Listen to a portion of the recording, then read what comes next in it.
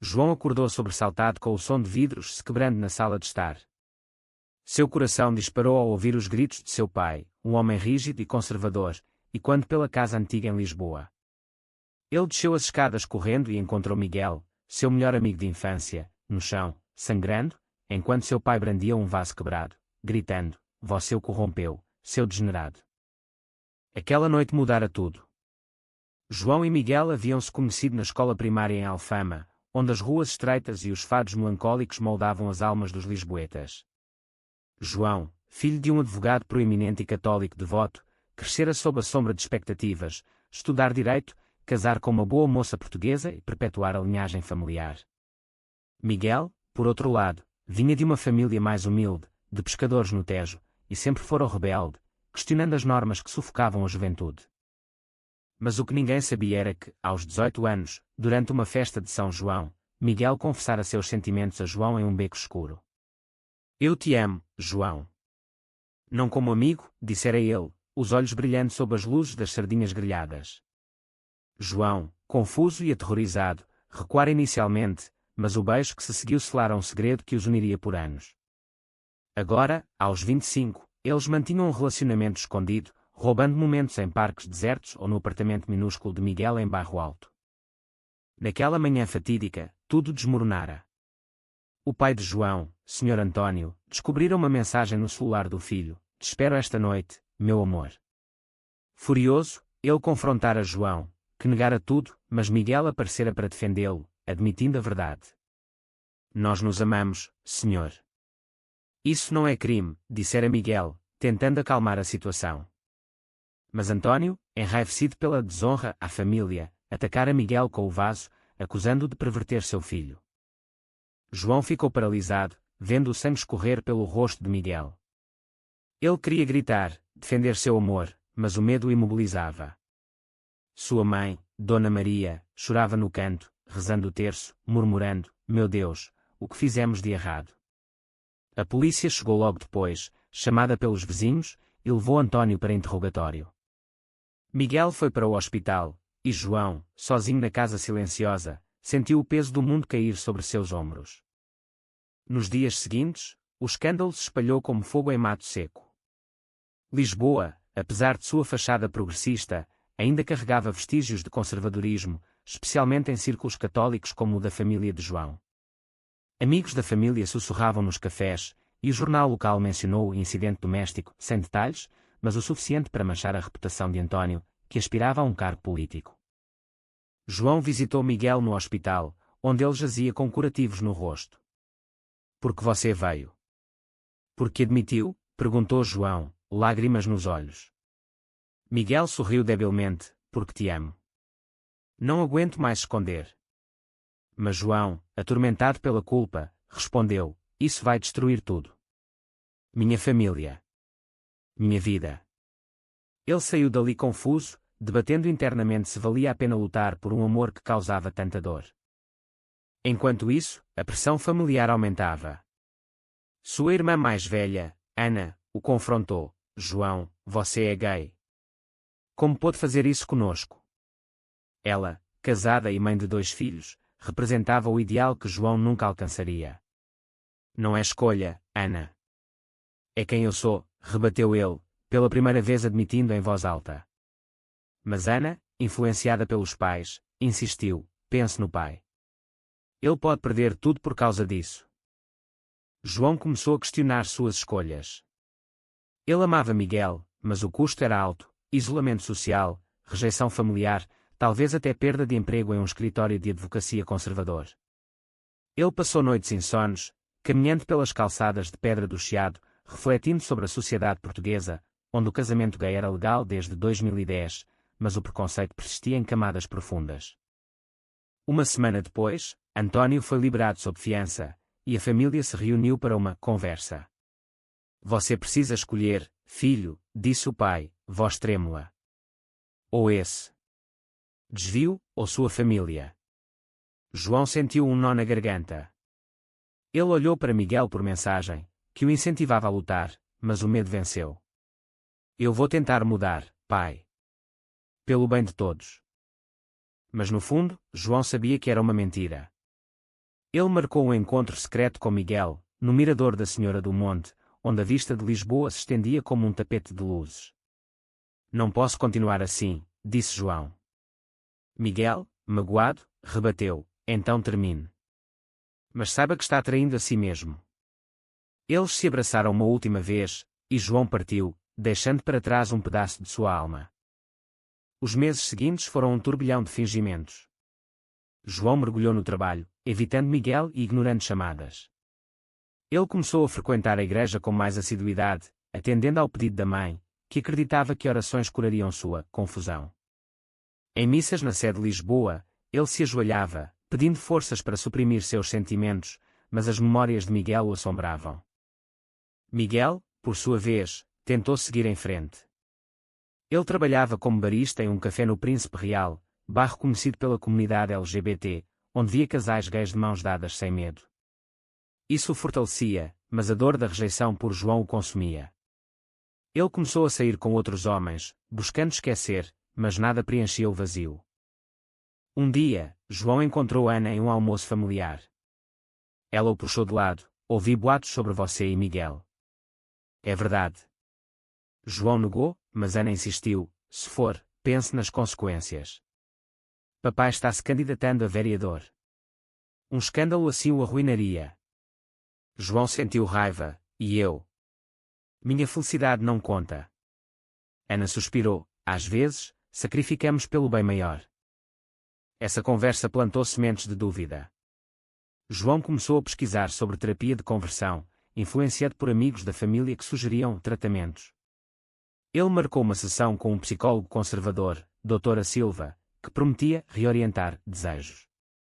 Nas sessões, Dra. Silva falava de pecado e escolha, mas João saía dali mais confuso, sentindo-se sujo. Enquanto isso, Miguel enfrentava seus próprios demônios. Seus pais, mais liberais, o apoiavam, mas ele sentia falta de João. Em uma noite de fado no Alfama, ele cantou uma canção de amor perdido, lágrimas escorrendo. Um homem chamado Pedro o abordou depois. Sua voz é linda. Vamos tomar um vinho. Pedro era ativista LGBT, e eles começaram a namorar, o que ajudou Miguel a curar. João soube disso por amigos em comum e sentiu ciúmes irracional. Ele confrontou Miguel em seu apartamento. Você já seguiu em frente. Miguel, irritado, respondeu: você me abandonou. O que esperava? A discussão escalou, e eles acabaram se beijando, reacendendo a chama. Mas João, arrependido, fugiu novamente. Isso não pode acontecer. A campanha política de António ganhava força. Ele discursava contra agendas liberais que destroem a família tradicional, ganhando aplausos de conservadores. João, forçado a ajudar, via hipocrisia em cada palavra. Uma noite, após um comício, ele desabafou com a mãe: Mãe, eu amo um homem. Isso me torna mau. Dona Maria chorou: Não, filho. Mas a sociedade não perdoa. João decidiu confrontar o pai.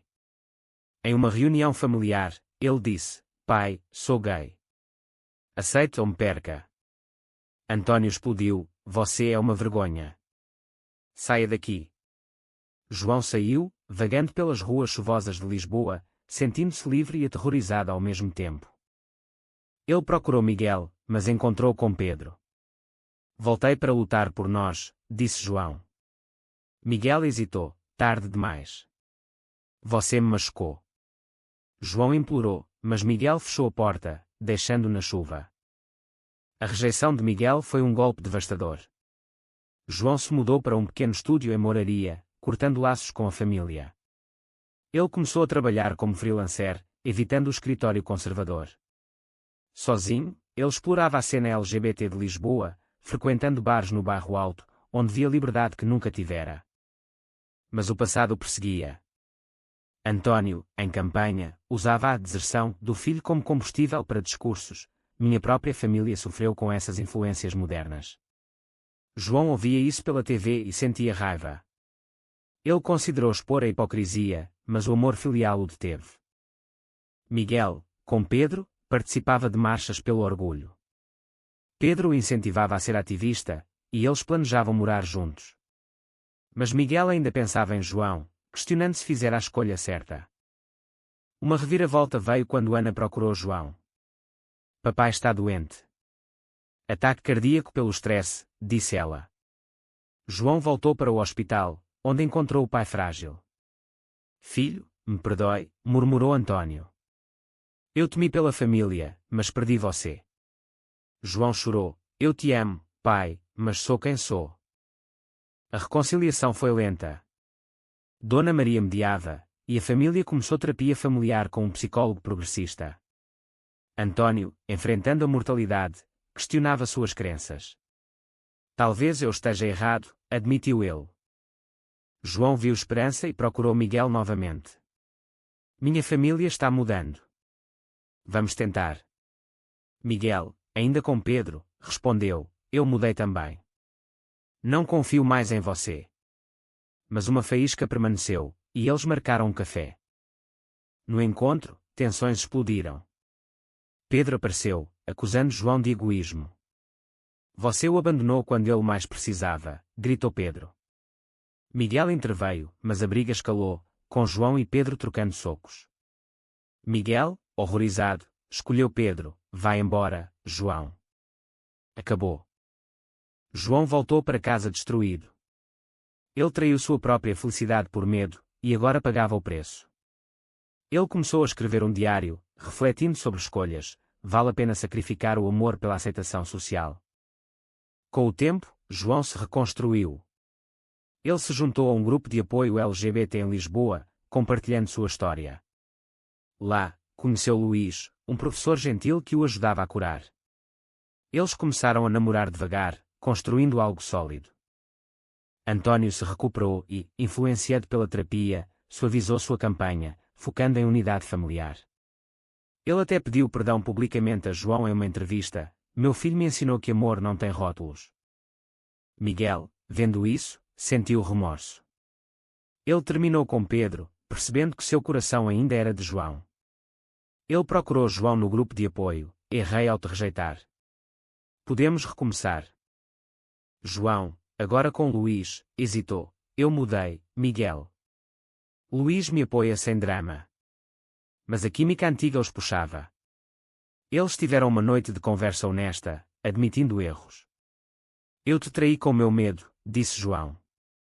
E eu com minha raiva, rebateu Miguel. Eles decidiram tentar, mas Luís descobriu e confrontou João. Você me usou para esquecer. João negou, mas a dúvida plantada levou ao fim com Luís. Agora, João e Miguel enfrentavam o desafio de reconstruir confiança. A família de João os convidou para jantar. Antônio, nervoso, apertou a mão de Miguel. Bem-vindo. Foi um passo, mas tensões surgiram quando vizinhos comentaram. Dona Maria defendeu, meu filho é feliz. Isso basta. Mas uma traição veio de Ana. Ciumenta da atenção, ela vazou detalhes para a imprensa conservadora, que atacou Antônio. Hipócrita, gritavam manchetes. Antônio, furioso, confrontou Ana. Por quê?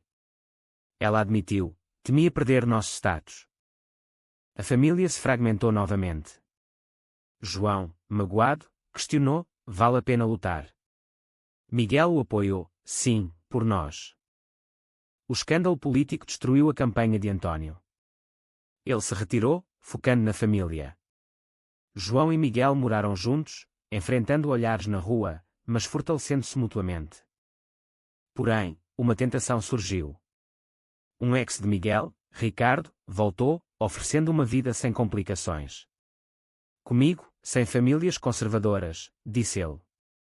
Miguel vacilou, mas escolheu João. Meu amor é aqui. João enfrentou seu próprio teste quando o emprego em Porto exigia descrição. Esconda sua orientação, disse o chefe. João recusou, perdendo a oportunidade, mas ganhando respeito próprio. Eles participaram da Marcha do Orgulho em Lisboa, de mãos dadas, simbolizando vitória. Mas no auge, um manifestante conservador os atacou verbalmente. Vocês destroem a sociedade. Miguel rebateu, nós construímos amor. Em casa, eles refletiam sobre o caminho, traições, perdas, mas crescimento. Pagamos caro, disse João. Mas valeu, respondeu Miguel. Anos depois, João e Miguel casaram em uma cerimônia simples no Tejo, com a família presente. Antônio discursou: aprendi que amor vence preconceito. Ana, arrependida, pediu perdão. Eles adotaram uma criança, desafiando normas, mas enfrentando críticas. Somos uma família, declaravam. Mas a vida não era perfeita. João ainda lutava com traumas, e Miguel com inseguranças. Eles debatiam: fizemos as escolhas certas? No fim, olhando o pôr do sol em Belém, João perguntou: será que trair nossos corações por aceitação social é sempre errado, ou há momentos em que o sacrifício vale a pena?